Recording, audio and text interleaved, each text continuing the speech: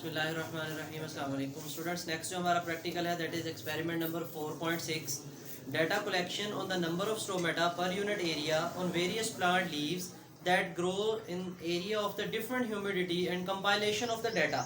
यानी हमने नोट करना है कि प्लांट डिफरेंट ह्यूमिडिटी वाली जगह पे ग्रो किए हुए हैं, हमने डाटा को कंपाइल करना है एंड ग्राफ इट, उसका ग्राफ बनाना है to determine the relationship between the variables. Variables कौन कौन से होंगे? यही बेटा ह्यूमिडिटी जो है और नंबर ऑफ स्ट्रोमेटा जो है, ये दोनों वेरिएबल्स हैं। हम देखेंगे कि जैसे जैसे ह्यूमिडिटी कम ज़्यादा होगी तो नंबर ऑफ स्ट्रोमेटा वेरी करेंगे। आपने 3 किस्म के प्लांट पढ़े थे अपनी 10th क्लास की बुक में, हाइड्रोफाइट्स, हेलोफाइट्स एंड जीरोफाइट्स। एक और होते हैं जो मीजोफाइट्स होते हैं।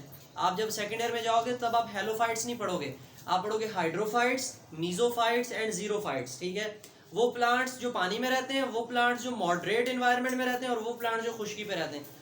आमतौर पे हम अपने इर्द गिर्द जितने भी पौधे देखते हैं जो ये रोड साइड पे लगे हुए होते हैं, घरों में लगे हुए होते हैं, ये मीजोफाइट्स होते हैं। इनको मॉडरेट क्वांटिटी ऑफ वाटर चाहिए, ये नहीं कि हर वक्त उनके अंदर पानी खड़ा रहे या बिल्कुल भी पानी ना मिले। हम इधर चोलिस्तान वाले सहरा में चले जाए, वहाँ जितने प्लांट हैं वो जीरोफाइट्स हैं। ठीक है, जितने भी कांटेदार पौधे होते हैं, शॉर्ट उनका जो है ना वो स्ट्रेचर होता है, उसके अंदर देखें तो उनकी टफ सी लेदरी स्किन होती है। तो हर प्लांट की आपने फीचर्स पढ़ी। जो मीजोफाइट्स हैं वो मॉडरेट एनवायरनमेंट में रहते हैं। ठीक है, मोस्ट कॉमन एग्जांपल हमारे पास ये मैंगो ट्री है, ये जितने भी आपके पास फ्रूट प्लांट आपके इलाके में अवेलेबल हैं सारे मीजोफाइट्स हैं। ठीक है, ये नहीं कि इनको बिल्कुल भी पानी नहीं चाहिए, पानी चाहिए इन्हें। बैकग्राउंड इन्फॉर्मेशन में the upper and lower epidermis of the leaf have the numerous numbers of the pores called stomata. Singular क्या कहेंगे इसको?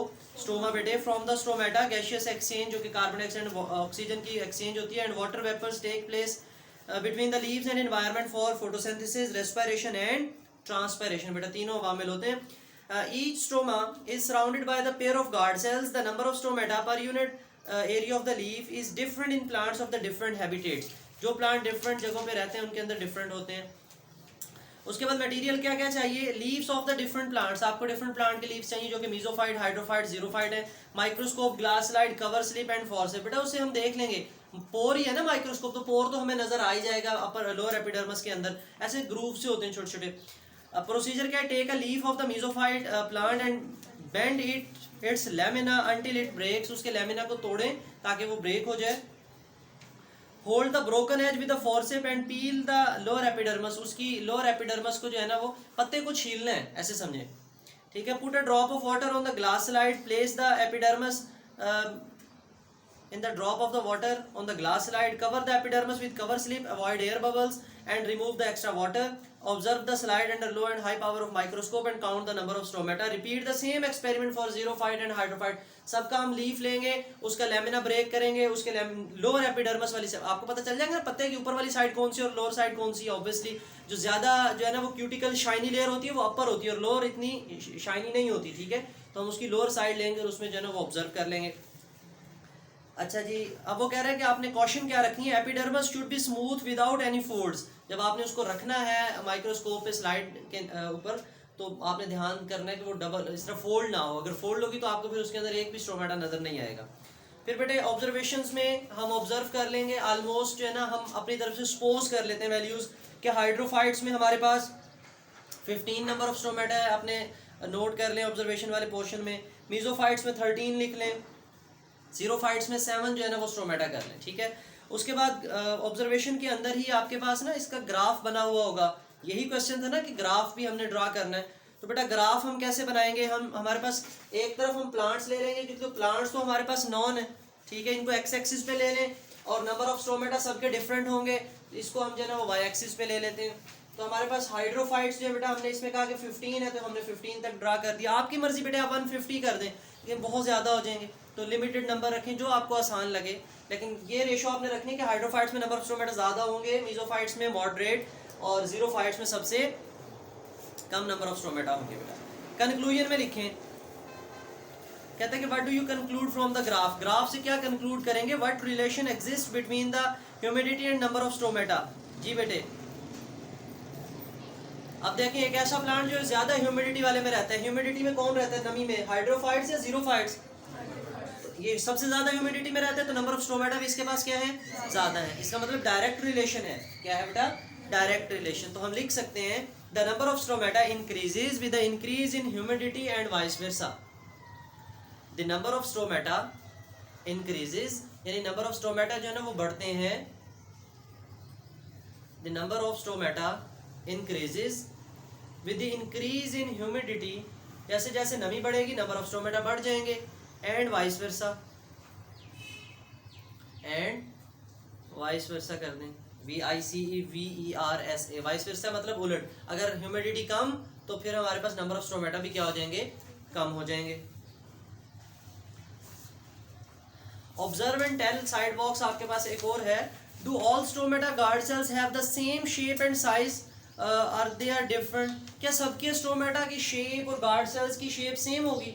नो, सबके स्ट्रोमेटा और गार्ड सेल की शेप सेम नहीं, no they are different in shape and size, उनका size और shape जो है डिफरेंट। देखें जो हमारे पास जीरोफाइट्स के स्ट्रोमेटा हो गए ना वो बड़े गरीब से, बहुत छोटे छोटे से पोर्स, ठीक है, और जो हमारे पास हाइड्रोफाइट्स के होंगे वो बड़े हेल्दी होंगे, ठीक है, उनमें पोर बड़ा होगा। पोस्ट लैब एक्टिविटीज के क्वेश्चंस नोट करें बेटा, शाबाश। कहता है name the process in which stomata play role, कौन कौन से प्रोसेस हैं जिनमें स्ट्रोमेटा रोल प्ले करते हैं? ट्रांसपायरेशन, फोटोसिंथेसिस, रेस्पिरेशन, लिखें शाबाश। गैसियस एक्सचेंज भी इन्हीं से होती है, लिखते शाबाश। Transpiration, photosynthesis, gaseous exchange, guttation भी इन्हीं से होती है, edges of leaves special pore से आती है, ठीक है। Respiration, transpiration, photosynthesis, gaseous exchange, इन सब में स्ट्रोमेटा का रोल है बेटा। A plant is growing on the road side, कहता है रोड की साइड पे पौधा उगा हुआ है, and its leaves are covered with dust, उसके जो पत्ते हैं वो मिट्टी से ढके हुए हैं। What will be the effect of the rate of photosynthesis, explain, अब बताएं उसमें फोटोसिंथेसिस की रेट कैसी होगी, ज्यादा हो जाएगी कम? क्यों कम हो जाएगी? क्योंकि उसके स्ट्रोमेटा के ऊपर क्या पड़ गई होगी, मिट्टी, डस्ट पड़ गई होगी, तो लिहाजा गैसियस एक्सचेंज कम, ठीक है, और इस तरह लाइट भी उसके ऊपर फिर कम जाएगी, जाहिर है ऊपर तो मिट्टी डस्ट है।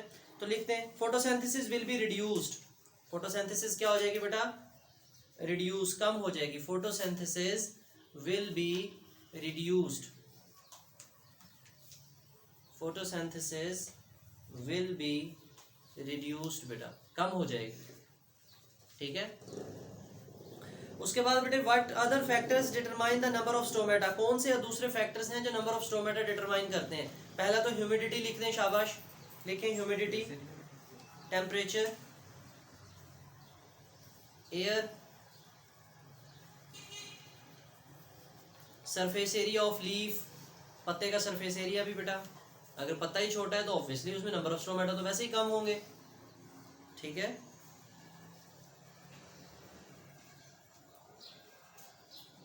अच्छा, और ये वाली भी जो हमने इनके इस प्रैक्टिकल में हमने जब वो उनके सेक्शंस लेने हैं वो इक्वल साइज के सेक्शन लेने हैं सारे, ये नहीं है कि जीरोफाइट का सबसे बड़ा सेक्शन ले लें और मीजोफाइट का या हाइड्रोफाइट्स का थोड़ा, तो ऑब्वियसली छोटा सेक्शन है तो उसमें नंबर ऑफ स्ट्रोमेटा कम आएंगे, बड़ा सेक्शन है तो नंबर ऑफ स्ट्रोमेटा ज़्यादा आएंगे।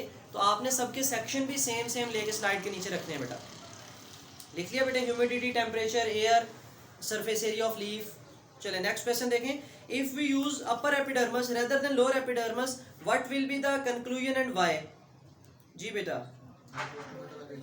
द स्ट्रोमेटा क्या होंगे उसमें, कम, बहुत कम, ठीक है। वो कहता है अब इन तमाम प्रोसेसेस के लिए देखें, ठीक है, अगर हम अपर एपिडर्मस की लोअर एपिडर्मस की बजाय अपर एपिडर्मस को यूज करें तो कौन कौन से इफेक्ट्स जो है, जैसे ट्रांसपायरेशन, फोटोसिंथेसिस, इवेपोरेशन, ये इस तरह के जितने भी फिनोमेना हो रहे हैं उनकी सेहत के ऊपर, उनकी जो है ना वो रेट के ऊपर क्या असर होगा, तो क्या हो जाएगी, उन सब का रेट क्या हो जाएगा, कम। हम लिख लेंगे बेटा, the rate of gaseous exchange, transpiration, photosynthesis will be reduced, the rate of gaseous exchange, transpiration and photosynthesis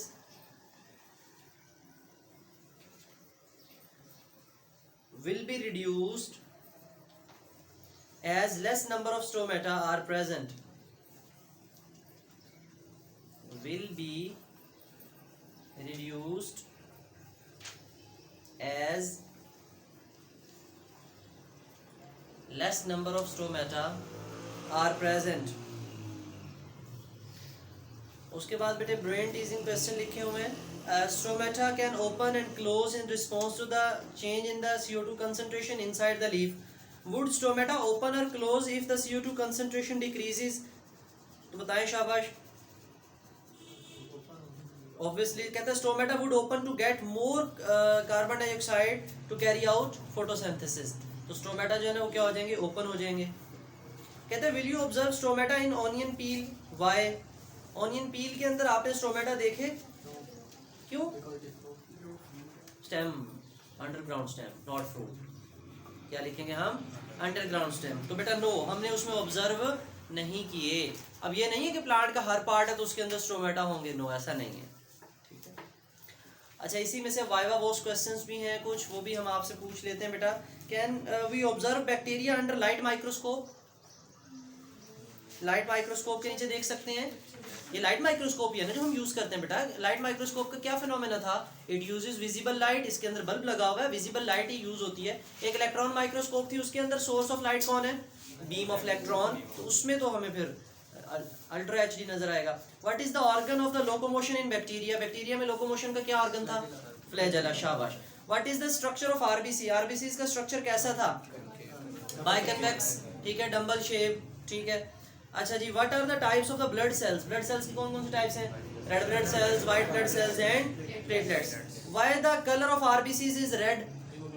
due to presence of what is haemoglobin? Pigment है, आयरन कंटेनिंग पिगमेंट। क्या आंसर होना चाहिए? आयरन कंटेनिंग पिगमेंट है बेटा। Heme एक iron containing pigment and globin is protein. पूरा बताएंगे, ठीक है। Right the name of different animal tissues. Animal tissues में एनिमल्स में टोटल कितने टिश्यूज हैं? 4। कौन कौन से? Epithelial, muscle, nervous, connective tissue, ठीक है। प्लांट टिश्यूज बता दें different, epidermal tissue, ground tissue, spore tissue, meristematic tissue, xylem, phloem वगैरह वगैरह। What is the benefit of the movement of the water in cytoplasm? वो कहते हैं साइटोप्लाज्म में सेल के अंदर एक साइक्लोसिस मूवमेंट, जिसको हम साइटोप्लाज्मिक स्ट्रीमिंग मूवमेंट बोलते हैं, वो सेल के अंदर साइटोस्केलेटन की वजह से होती है। जब उसके माइक्रोट्यूब्यूल, माइक्रोफिलामेंट कॉन्ट्रैक्ट रिलैक्स होते हैं तो फिर साइटोप्लाज्म अंदर जो है ना सेल में मूव कर रहा होता है। वो कहते हैं वाटर, ये साइटोप्लाज्म को मूव करने से क्या फायदा होता है? जो मिनरल्स, ये जो बाकी चीजें भी आती हैं वो सारी की सारी इक्वली क्या हो जाती है? पूरे सेल में डिस्ट्रीब्यूट हो जाती हैं या फैल जाती हैं। अच्छा जी, व्हाट इज सेल? सेल क्या है? Structural and functional unit of life है हमारी बॉडी का। अच्छा जी, what are the main parts of the typical cell? एक सेल में बुनियादी कितनी चीजें याद कराई थी मैंने आपको? 3। एक उस सेल की मेम्ब्रेन जिसका नाम सेल मेम्ब्रेन है, एक उसमें फ्लूइड जिसका नाम साइटोप्लाज्म है, और तीसरा उसमें उसका न्यूक्लियर मटेरियल जो कि यूकेरियोटिक सेल का न्यूक्लियस में होगा और प्रोकैरियोटिक सेल का वैसे न्यूक्लियोइड रीजन में होगा। What is the function of xylem? Transport of water. What is the function of phloem? Meristematic tissues का फंक्शन? मसल टिश्यू का फंक्शन? कनेक्टिव टिश्यू का फंक्शन? तो बस यही चीजें आपसे जो है वो वाइवा वॉश क्वेश्चन में पूछी जा सकती हैं चैप्टर नंबर 4 में। टिश्यू की डेफिनेशन इंपॉर्टेंट है। क्या है टिश्यू की definition? Similar cells organized and form a group या work together and make a unit called tissue. और टिश्यू की एग्जांपल्स आपको आती हैं बेटा। इस होल टॉपिक में कोई क्वेश्चन हो तो आप कमेंट सेक्शन में पूछ सकते हो। थैंक यू, अल्लाह हाफिज़।